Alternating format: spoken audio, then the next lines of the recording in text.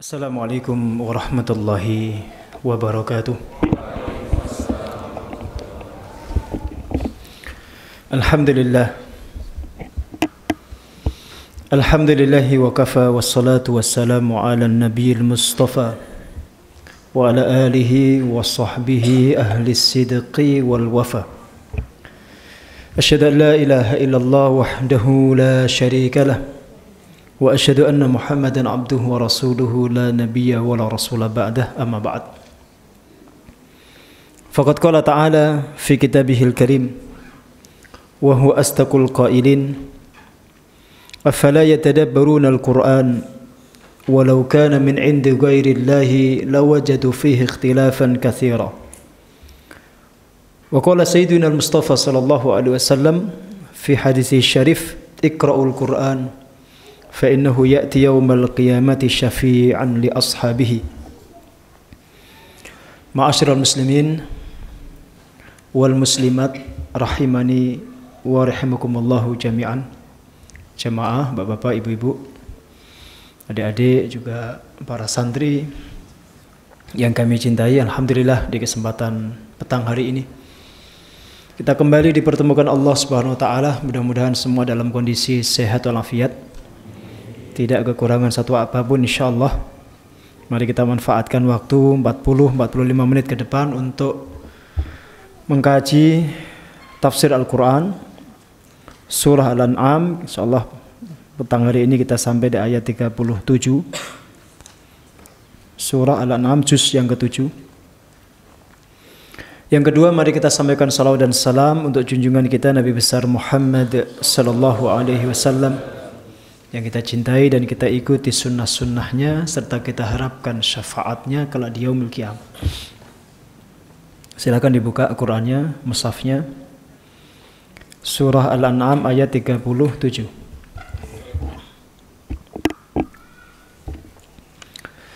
A'udzu billahi minasy syaithanir rajim. وقالوا لولا نزل عليه آية من ربه وقالوا لولا نزل عليه آية من ربه قل إن الله قادر على أن ينزل آية ولكن أكثرهم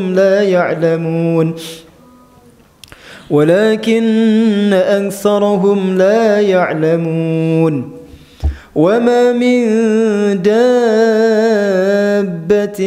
في الأرض ولا طائر يطير بجناحيه إلا أمثالكم ما فرطنا في الكتاب من شيء ثم إلى ربهم يحشرون والذين كذبوا بآياتنا صم وبكم في الظلمات من يشاء الله يضلله ومن يشاء يجعله على صراط مستقيم.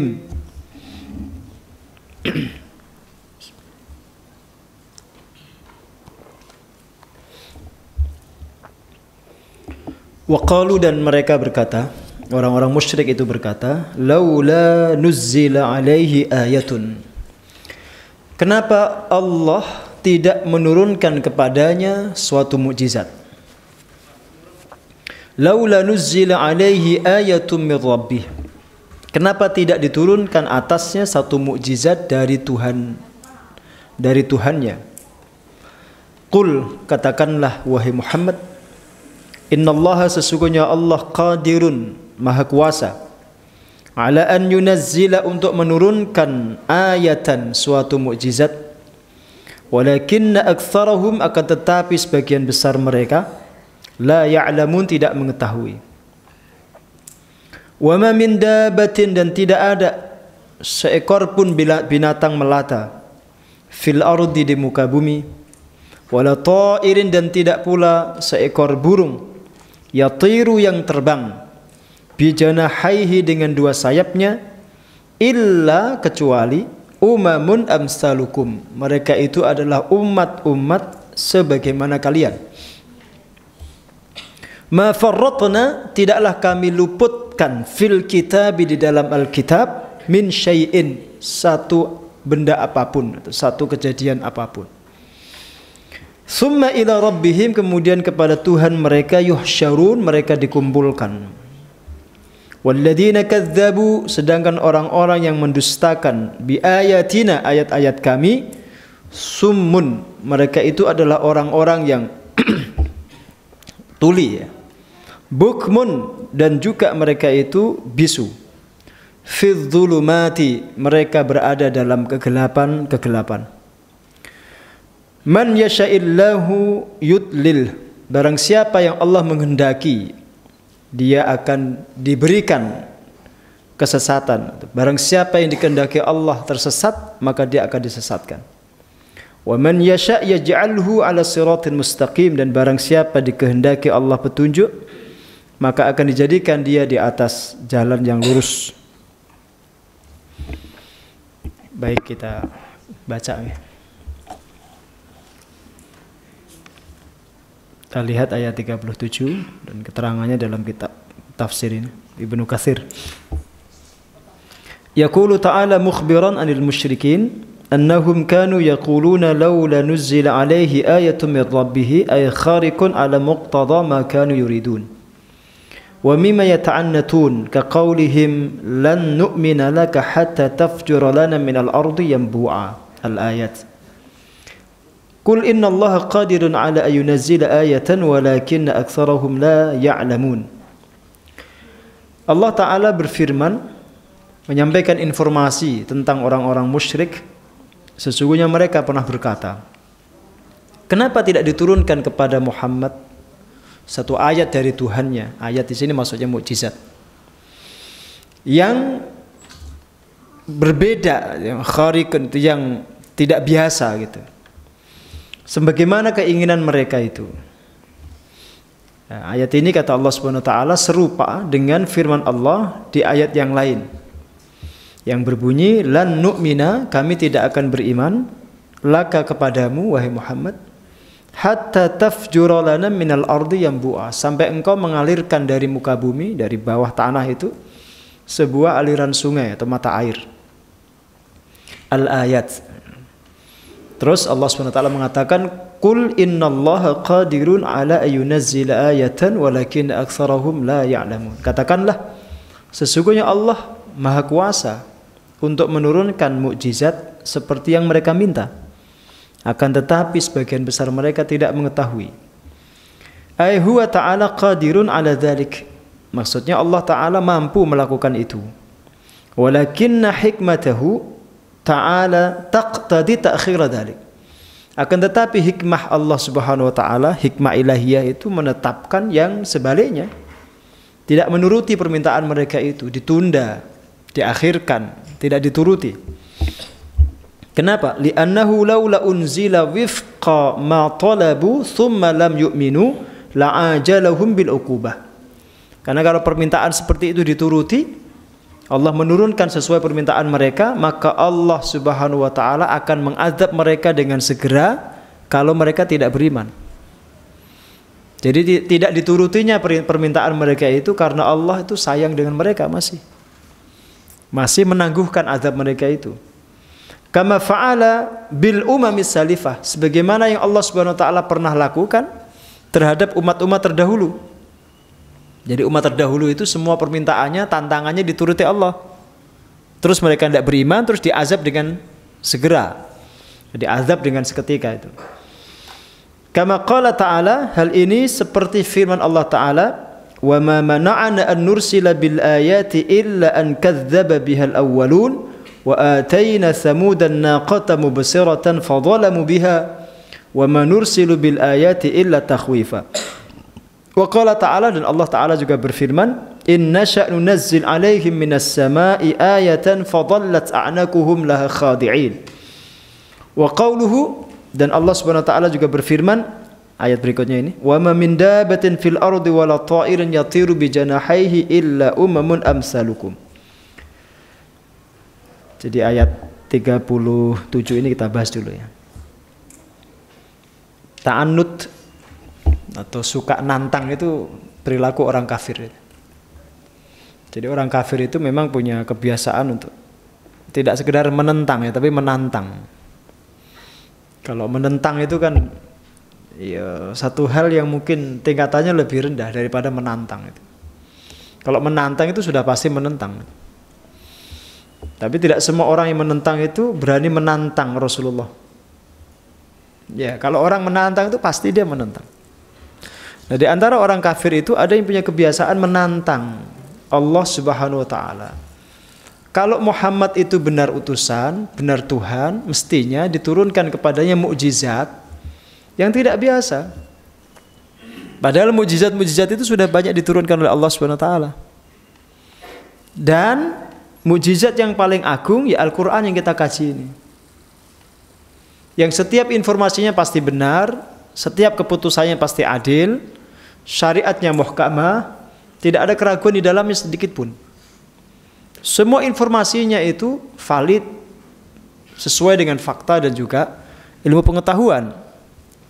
Tapi yang namanya orang kafir ya, dia tidak melihat itu. Maka Allah mengatakan walakin la ya'lamu walakinna aktsarahum la ya'lamun. Akan tetapi sebagian besar mereka tidak mengetahui. Tidak mengetahui itu artinya ya nggak mau tahu sebenarnya. Pernah saya ceritakan waktu ini. Mereka pernah menantang. Kalau kamu benar nabi dan utusan Allah, coba belah bulan itu. Terus Allah izinkan Rasulullah itu membelah bulan itu. Terlihat oleh mata mereka. Apakah mereka beriman? Tidak. Karena dasarnya itu bukan untuk mengetahui mukjizat, tapi untuk menentang Rasulullah. Dasarnya bukan keinginan dia untuk mengikuti Rasulullah, tidak, tapi untuk menantang. Maka ketika diikuti, dituruti keinginan mereka itu, tetap mereka tidak beriman. Ya kan? Tetap tidak beriman. Tapi karena mereka ini orang-orang kafir ini, orang-orang musyrik, terutama orang-orang musyrik Mekah ini, karena sudah ditakdir dia berada di generasi Nabi Muhammad, maka tidak diperlakukan seperti umat-umat terdahulu yang langsung diazab itu. Padahal umat-umat terdahulu itu ketika sekali menantang, terus dituruti Allah, mereka nggak beriman, itu langsung diazab. Langsung seketika, nggak pakai lama. GPL ya, nggak pakai lama. Langsung diturunkan azab itu. Tapi orang-orang musyrik Mekah, orang-orang jahiliyah, semacam Abu Jahal, Abu Lahab, dan seterusnya itu masih ditangguhkan azabnya. Nanti mereka diazab oleh Allah Subhanahu wa taala ketika perang Badar itu. Dihukum betul oleh Allah biaidil mukminin, dengan tangan-tangan orang beriman. Tapi juga tidak sedahsyat umat terdahulu kan. Umpamanya ya, Nabi Nuh itu kan ditantang terus oleh mereka. Ditantang, dihina, dicemooh, difitnah macam-macam itu. Terus Nabi Nuh berdoa. Seketika diturunkan taufan kan. Banjir bandang itu yang menenggelamkan seluruh permukaan bumi, gunung-gunung semua tidak terlihat itu. Seketika itu tidak pakai lama. Hanya menunggu kapalnya Nuh jadi aja itu. Setelah kapal itu jadi siap ditumpangi oleh beliau dan pengikutnya, langsung turun itu azab Allah Subhanahu wa taala. Itu umat terdahulu. Maka kita bersyukur itu menjadi umat Nabi Muhammad sallallahu alaihi wasallam. Umat yang terkasih betul itu. Umat yang dicintai Allah betul. Yang sekalipun kafir itu masih ditangguhkan, masih diberikan kesempatan, masih diberikan pemaafan kalau mereka mau bertobat itu. Ya. Dan seperti tadi, minta dibelahkan bulan, dituruti Rasulullah atas izin Allah. Dibelah bulan itu bukannya beriman, tapi mengatakan apa? Itu sihir Muhammad. Kalian jangan tertipu, itu sihirnya Muhammad. Sekarang kemampuan sihirnya Muhammad itu makin hebat, makin menjadi-jadi. Oh itu. Makanya tantangan orang kafir itu, belajar dari sejarah Nabi itu, tidak perlu dituruti. Karena orang itu dasarnya tidak mau mengikuti, maka dia nantang. Tujuannya apa? Menghabiskan waktu orang-orang beriman. Menghabiskan energi, membuat marah sehingga hilang fokus kita pada perjuangan. Paham ya? Mamanya kalau antum nuruti itu semua perilaku orang-orang kafir, orang-orang munafik itu, habis waktu antum. Antum nggak akan menyiapkan generasi, tidak akan membangun peradaban, sibuk ngurusi mereka. Maka caranya bagaimana? Fokus pada perjuangan, pada planning, pada strategi. Udah nanti dengan sendirinya ketika strategi dan perjuangan kita ini benar, berhasil, tersingkirlah itu kemudian kemunafikan dan kekufuran itu. Otomatis itu. Itu teorinya. Jadi tidak perlu kita sibuk melayani tantangan-tantangan mereka itu. Nggak perlu, ya. Ya kalaupun kemudian ya perlu ya 1-2 orang aja, tidak usah banyak-banyak. Ya seperti Zakir Naik itu aja. Ditantang debat terus, ayo sih biar Zakir Naik aja, yang lain tidak usah. Itu urusannya Zakir Naik. Pokoknya kalau ada debat agama bisa Zakir Naik gitu aja. Ya meskipun kadang-kadang kita juga ya ada kritik juga ya dalam cara berdebatnya itu. Tapi secara umum bagus. Paling tidak ada yang melayani. Oke, terus ayat berikutnya ya. Wa ma min dabatin fil ardi wala ta'irin yatiru bi janahihi illa umamun amsalukum. Qala Mujahid berkata, ay asnafun musannafa tu'rafu bi asma'iha.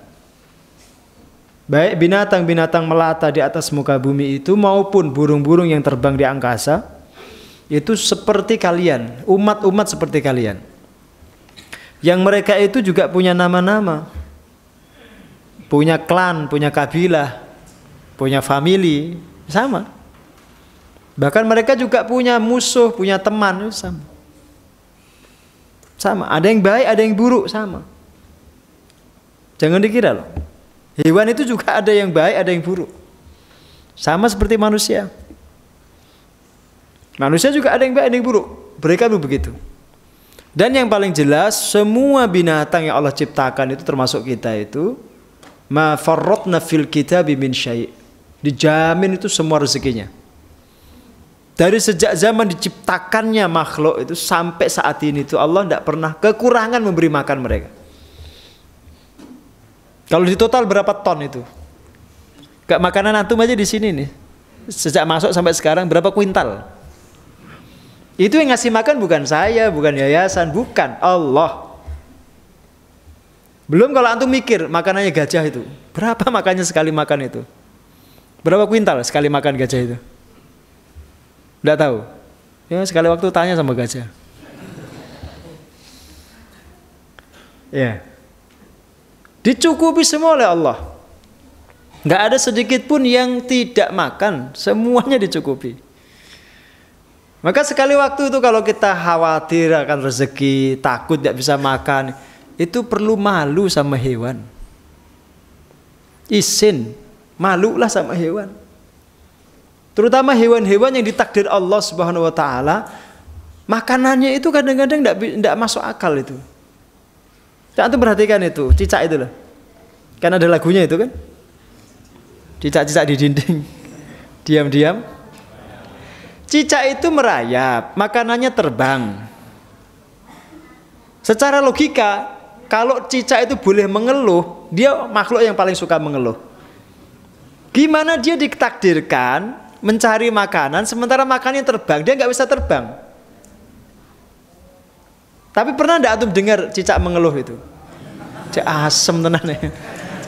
Kok ditakdir ini loh. Saya nggak bisa terbang, kok makanan saya terbang semua. Nggak ada ceritanya cicak ngeluh itu. Dia tetap istiqomah itu dia. Dia ikhtiar. Dia diam-diam merayap itu diam aja dia. Ternyata Allah mendatangkan makanannya itu di dekatnya. Entah nyamuk, entah apa serangga, entah apa. Dia yang datang mendekat. Iya kan? Terus dicaplok, dimakan. Itu pelajaran untuk manusia sebenarnya. Ya seperti itulah mestinya manusia itu. Yang penting gerak, nanti kamu akan dapat makan. Yang penting bergerak. Itu illa umamun amsalukum. Kita disuruh memandang hewan-hewan yang ada di sekitar kita itu agar kita belajar tawakal, belajar nerimo, belajar tenang. Dan termasuk belajar tidak tulul amal. Tulul amal itu terlalu panjang angan-angan, seolah-olah akan hidup sekian tahun lagi. Coba cek sekarang, selain kera ya, ada enggak hewan yang menyimpan makanan untuk besok? Enggak usah setahun, 2 tahun, 10 tahun. Besok aja ada enggak yang nyimpan untuk besok? Cek burung itu loh. Paling dia membawa makanan untuk anaknya hari itu, besok nyari lagi. Ya kan? Maksudnya gini loh, orang itu seringkali gelisah itu karena memikirkan yang belum terjadi. Belum dia alami tapi dia menganggap besok akan dialami. Sehingga perlu menyiapkan makanan, menyimpan makanan. Itu dasar orang mau korupsi ya itu. Itu sebab utama orang korupsi. Karena dia merasa akan hidup 10 tahun, 20 tahun, 30 tahun lagi. Maka dia saving duit. Dia saving uang, dia saving harta. Padahal belum tentu. Ada orang tuh paling nelongso. Dia kerja mati-matian, siang jadi malam, malam jadi siang. Dia kumpulkan, dia tabung uangnya. Tidak dia nikmati. Karena dia tiba-tiba mati. Mati itu tiba-tiba loh mas. Nggak ada mati itu yang bilang-bilang, besok kamu mati. Tiba-tiba dia mati. Uangnya ini milik siapa kira-kira? Ahli waris, anak istrinya toh, dibagi, istrinya dapat, istrinya kawin lagi. Terus yang nikmati siapa? Suaminya, istrinya yang baru. Berarti yang menikmati kerjanya selama ini siapa? Istri suaminya, suami daripada istrinya itu. Orang lain kan yang menikmati. Paham? Maka kalau nabung itu gak usah banyak-banyak. Loh, terus nih Pak, tabung untuk Al-Fatih Pak. Bener itu. Sebelum jenengan meninggal ya tabung untuk Al-Fatih. Kalau itu mesti jadi uang jenengan di akhirat, pasti itu. Cocok Pak, sepakat aku. Hah?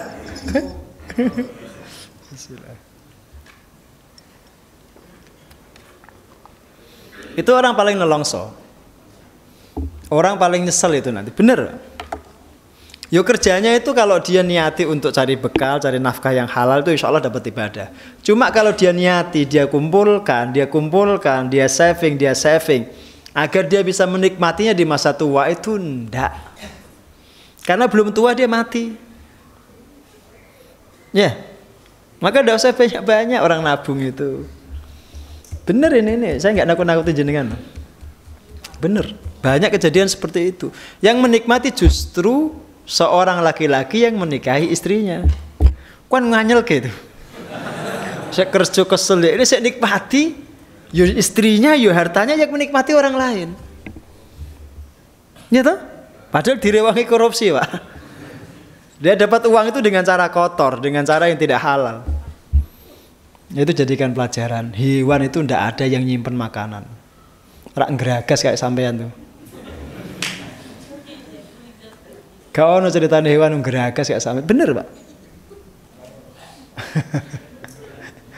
Kecuali ya sebagian hewan lah seperti tikus itu memang nyimpen dia. Makanya koruptor itu digambarkan seperti tikus. Itu sebabnya kenapa koruptor digambarkan tikus. Ya. Tapi hewan yang lain enggak. Hatta kera itu paling dia ngambil sebanyak-banyaknya, sekuatnya dia bawa. Tapi tidak disimpan, dimakan saat itu. Dia serakah, rakus tapi seketika saat itu. Tidak dia simpan ke sarangnya. Nah kita ini nyimpen gitu. Sampai dirawangi korupsi tadi. Jungkir balik siang jadi malam, malam jadi siang. Tiap hari pindah kota ya. Sampai tidak tahu anaknya lahir atau enggak, itu enggak tahu dia. Anaknya sakit atau mati tidak tahu dia. Terus ketika pensiun stroke. Iya kan? Tidak boleh makan ini, tidak boleh makan itu. Duitnya dipakai apa? Itu nasib sial itu, nasib sial. Makanya kadang-kadang saya guyon Ustaz Faiz. Mana Ustaz Faiz? Ustaz Faiz tidak punya duit, tapi makan macam-macam dia bisa. Ada orang punya duit, nggak bisa makan macam-macam. Milih mana jenengan? Ustadz Faiz orang paling mulia, dia nggak punya duit, tapi bisa makan ini, makan itu. Sementara yang punya duit nggak boleh makan ini, nggak boleh makan itu, dilarang makan ini, dilarang dokter makan ini. Padahal punya duit. Jadi kan milih, jadi Ustadz Faiz atau jadi? Loh, ini benar ini kehebatan Ustadz Faiz itu. Ya kan? Ya mending nggak punya duit sampean nggak usah sibuk nggak usah sibuk jaga duit itu, tapi bisa makan ini, bisa makan itu. Daripada punya duit banyak, mau makan rendang nggak boleh. Pak, kolesterol Pak, nggak jadi. Mau makan jengkol, pengen banget makan jengkol, nggak boleh Pak, asam urat. Ngenes kan dia, padahal punya duit. Dulu ketika muda dia belum punya duit, pengen makan ini makan itu, nggak bisa karena nggak punya duit. Setelah tua punya duit nggak bisa makan juga. Itulah cara Allah mengatur keseimbangan hidup. Begitu cara Allah itu. Paham? Nah, makanya agar tidak terlalu nelongso, duitnya kirim ke Al-Fatih, Pak. Jadi masjid, jadi pondok, ya kan? Jadi santri-santri, nanti jadi para da'i, para mubalik. Insya Allah itu jariah lebih bagus itu. Yang dimakan secukupnya aja, Pak, ya. Sehari 3 kali kan makan itu. Kalau udah tua itu benar-benar Pak, itu dikurangi oleh Allah itu. Saya sejak umur 40 itu tidak terlalu nafsu makan itu. Bener, lihat makanan udah seneng aja saya, udah. Kadang-kadang nyium bau makanan itu udah kenyang sudah. Apalagi lihat anak-anak makan udah kenyang saya udah. Lihat Zaidan makan, wah, Masya Allah saya sudah seneng. Udah seneng udah. Yes. Kalau dulu waktu masih kuliah Mas, antum makannya sepiring itu, saya 3 piringnya antum itu. Dulu, sekarang udah berkurang, udah susut itu. Jadi kurangi nikmatnya. Saya teruskan ya. Nah, jadikan itu pelajaran Mas ya.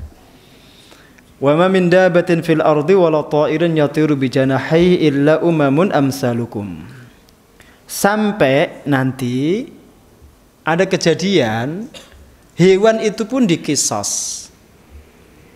Karena sama seperti manusia, mereka kadang bertengkar, tarung sampai ada yang terbunuh. Ya toh? Kan kalau antum belajar mata rantai makanan itu kan saling memangsa itu kan? Ya kan? Itu nanti di akhirat ada kisahnya. Jangan dikira enggak. Jangankan harimau yang menerkam rusa umpamanya atau menerkam sapi. Ada 2 ekor kambing itu, 2 ekor kambing, gapruan yang satu mati. Itu ada kisahnya. Saya bacakan riwayatnya ya.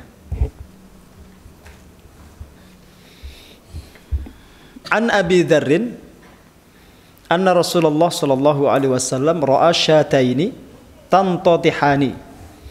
Faqala ya Aba Dzarrin hal tadri fima tantatihani? Qala la. Qala lakinna Allah yadri wa sayaqdi bainahuma. Rawahu Abu Razzaq an Muammar anil A'mash amman dzakarahu an Abi Dzarrin. Dari Abu Dzar Al-Ghifari, sesungguhnya Rasulullah pernah melihat 2 ekor kambing. Syataini itu syatun itu kambing Mas. Nah, 2 itu syataini. Karena ada ro'a di sini melihat, syataini jadi maf'ul. Dia mansub, alamat nasabnya itu ya nun karena dia musanna. Melihat 2 ekor kambing saling gabruan, tahu gabruan? Apa bahasa Indonesianya itu? Hah? Bahasa Indonesianya apa? Tabrakan, juga tabrakan. Zaidan melaku, antum melaku tabrakan ngono. Kayak ini tarung itu loh. Kayak adu domba itu kan terus tarung dia. Gabruan itu kalau orang Pati bilang. Ya. Terus Abu Dzar ditanya oleh Rasul, kenapa mereka itu sampai gabruan begitu? Tahukah kamu wahai Abu Dzar? Abu Dzar mengatakan, enggak, saya enggak tahu ya Rasul. Ada sebabnya itu mesti. Gak mungkin hewan itu langsung tarung itu. Pasti ada sebabnya, mungkin tersinggung karena pacarnya direbut. Ya mungkin aja, atau lahan makanannya diambil, dia terus marah. Berarti kan seperti manusia juga itu, ada ketersinggungan, kadang-kadang baper, ya kadang-kadang dia marah, emosi, itu sama seperti manusia. Abu Dzar mengatakan saya tidak tahu. Terus Rasul mengatakan akan tetapi Allah tahu. Dan nanti akan diqadha oleh Allah, diputuskan perkara mereka berdua itu. Berarti hewan itu juga nanti di akhirat diputuskan perkaranya. Paham Pak? Kalau hewan saja diputuskan perkaranya, apalagi jenengan. Maka kalau ada permusuhan, ada pertengkaran, ada tindak kejahatan yang dialami seseorang, pelakunya dan yang jadi korban ini akan dihadapkan nanti di hari kiamat. Akan dikisoskan, ditegakkan keadilan atas mereka. Jangan dikira tidak. Ini sebagai satu bentuk keadilan Allah. Allah menegakkan keadilan itu sampai kepada urusan binatang. Berarti manusia apalagi gitu loh. Kalau binatang aja ditegakkan keadilan atas mereka, apalagi manusia. Maka ini pelajaran, jangan sekali-kali menyakiti orang, melukai, mengambil harta dengan tidak halal. Urusan dengan sama makhluk itu repot itu. Bener repot Mas. Jangan sekali-kali ngambil harta orang tanpa izin dan kerelaannya, jangan sampai. Paham ya? Saya bacakan lagi. Di riwayat yang kedua dari Abu Dzar juga beliau mengatakan bainama nahnu 'inda Rasulillah intatohat anazani. Faqala Rasulullah atadruna fima intatahata? Qalu la nadri. Qala lakin Allah yadri wa sayaqdi bainahuma. Rawahu Ibnu Jarir.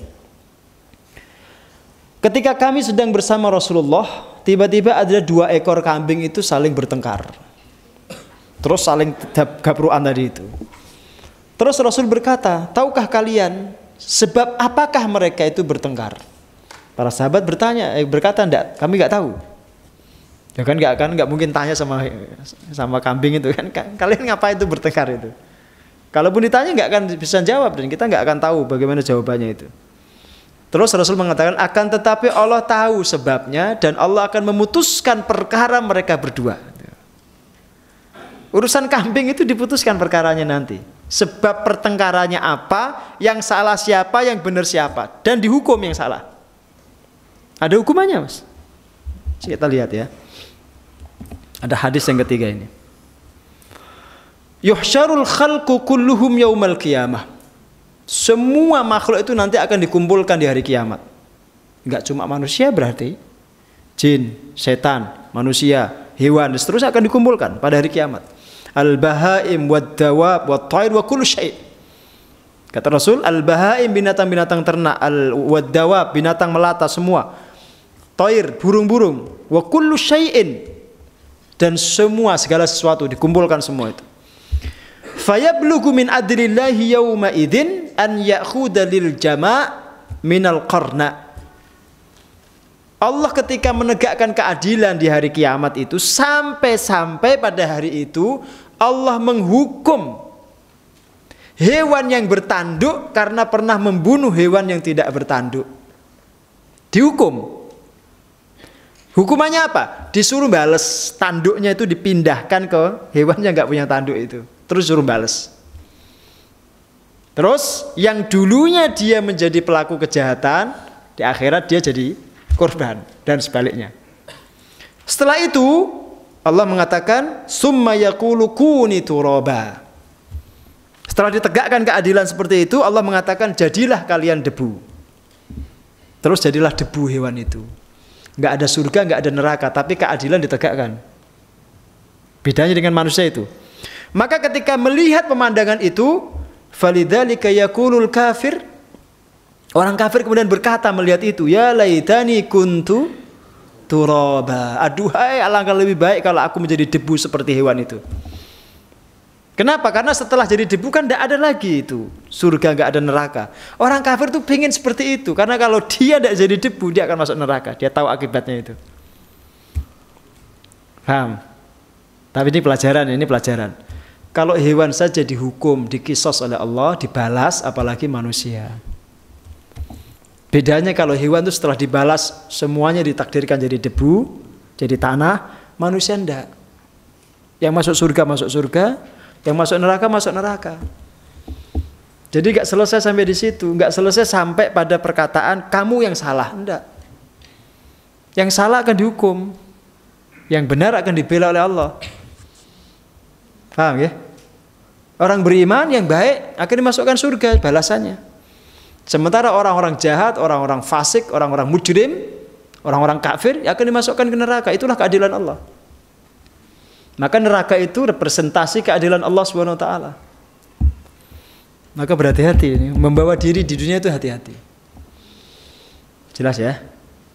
Jelas. Jangan menyakiti orang pokoknya, jangan menyakiti orang, jangan ngambil harta orang, jangan melukai, hati-hati. Lisan, tangannya itu hati-hati.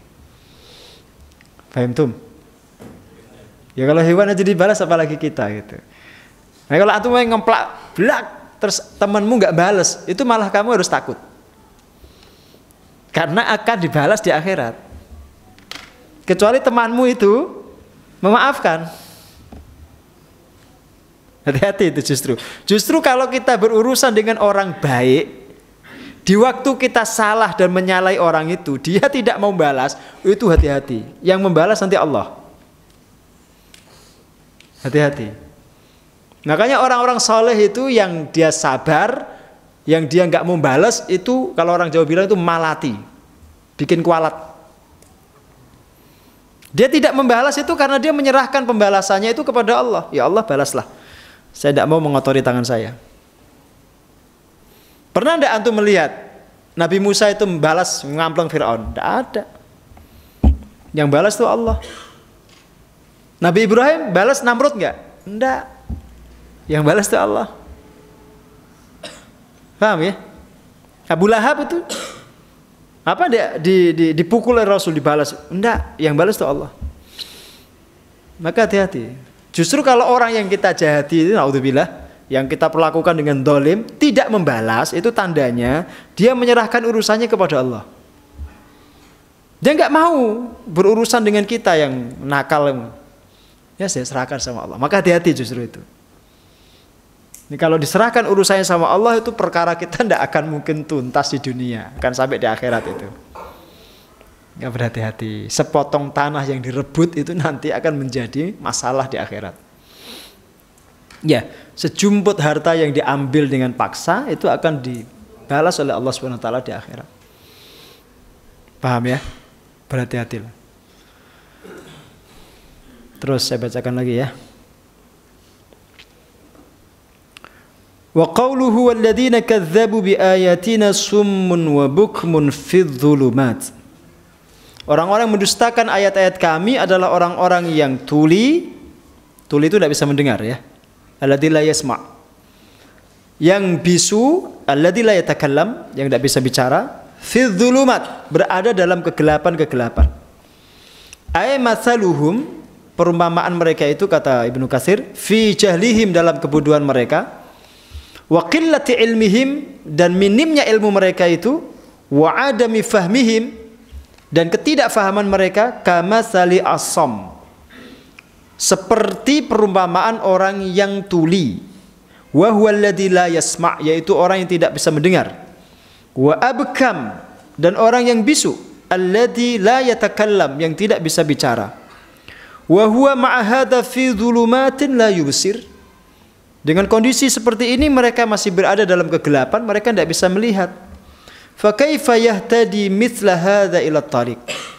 Bagaimana mungkin orang seperti ini bisa berjalan dengan jalan yang benar? Bagaimana dia sampai tujuan? Dia buta, dia tuli, dia bisu. Ka qaulihi ta'ala, ini serupa dengan firman Allah Ta'ala di surat Al-Baqarah itu, mathaluhum kamathalil ladzi istawqada naran falamma adaa'at ma haulahu dhahaballahu binurihim wa tarakahum fi dhulumatin la yubsirun. Terus summun bukmun umyun fahum la yarji'un. Cuma ada beda di sini dengan ayat ini. Antum perhatikan baik-baik. Kalau di ayat 38 ini, ayat 39 ini, Allah mengatakan begini. Adapun orang-orang yang mendustakan ayat kami, mereka itu tuli dan bisu, mereka berada dalam kegelapan. Tidak dikatakan buta. Tapi di surat Al-Baqarah tadi dikatakan buta. Summun bukmun umyun. Umyun itu buta. Fahum la yarji'un. Kira-kira ada bedanya enggak itu? Orang di dalam kegelapan dengan orang yang buta itu. Ada bedanya enggak?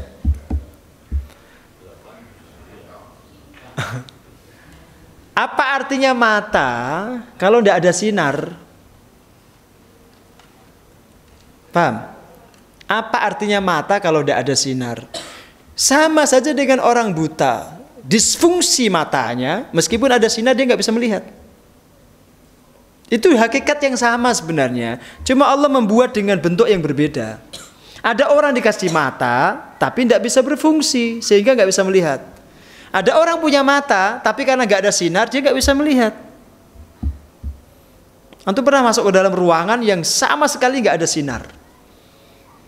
Melek aja. Coba lihat, nggak bisa kelihatan. Saya pernah masuk gua Jepang itu menjelang maghrib. Total nggak ada sinar, kan nggak boleh bawa lampu. Di ujian itu. Nggak boleh bawa lampu, lingkarannya itu hampir ada 100 meter itu. Berjalan sendirian, total nggak ada cahaya. Itu meskipun punya mata nggak berfungsi itu mata. Mata ini kan alat saja. Kalau dia tidak ada cahaya, nggak ada sinar, nggak ada gunanya alat itu. Makanya ada sebagian orang dia punya mata cuma tidak berfungsi, dia punya telinga tidak dia gunakan, ya kan? Dia punya mulut tidak dia pakai. Itu perumpamaan orang kafir. Orang kafir itu punya mata, mas, cuma tidak dipakai matanya untuk melihat kebenaran.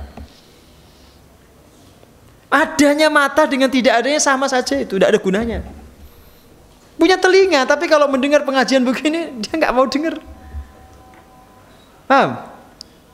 Dan dia punya mulut, cuma nggak digunakan untuk mengucapkan kalimat kebenaran. Itu perumpamaan saja itu, ya perumpamaan. Sehingga gini pelajarannya itu. Jadi kalau kita punya mata, itu kita manfaatkan untuk melihat kebenaran. Telinga juga dipakai untuk menyimak kebenaran. Alladzina yastami'una al-qawla fayattabi'una ahsanah. Orang-orang yang menyimak ucapan lalu mengikuti yang terbaik. Itu telinganya dipakai. Ya, jadi panca indera ini semuanya ditakdirkan Allah, diciptakan untuk kita, itu untuk mengantarkan kita kepada hidayah. Begitu sebenarnya fungsinya itu. Tidak sekedar dipakai secara anatomis. Enggak, tetapi itu dipakai oleh Allah untuk mengantarkan kita kepada hidayah. Maka kalau orang kafir itu mau melek, turun hujan saja itu sudah mukjizat Allah yang luar biasa itu. Hujan turun tuh loh. Antum melihat kan setiap tetesannya itu. Itu kalau orang beriman tuh langsung terenyuh hatinya itu. Jadi langsung bertasbih, bersyukur kepada Allah. Tapi orang kafir tidak melihat itu sebagai mukjizat. Sama-sama melihat hujan, tapi yang satu mengalami satu perasaan spiritual yang luar biasa, yang satu biasa aja. Paham? Ngerti ya mas? Makanya perlu itu merenungkan fenomena alam tuh, turunnya hujan, hembusan angin, semilirnya angin, ya, oksigen yang kita hela, yang kita hirup itu semua mukjizat dari Allah. Maka dilatih, itu spiritualitasnya dilatih. Makanya Allah kemudian menetapkan may yasha'illahu yudlilhu wa may yasha' yaj'alhu ala siratin mustaqim. Ya orang yang dikehendaki Allah disesatkan, ya tetap akan disesatkan dia. Itu bukan berarti Allah zalim, karena dia memilih jalan kesesatan.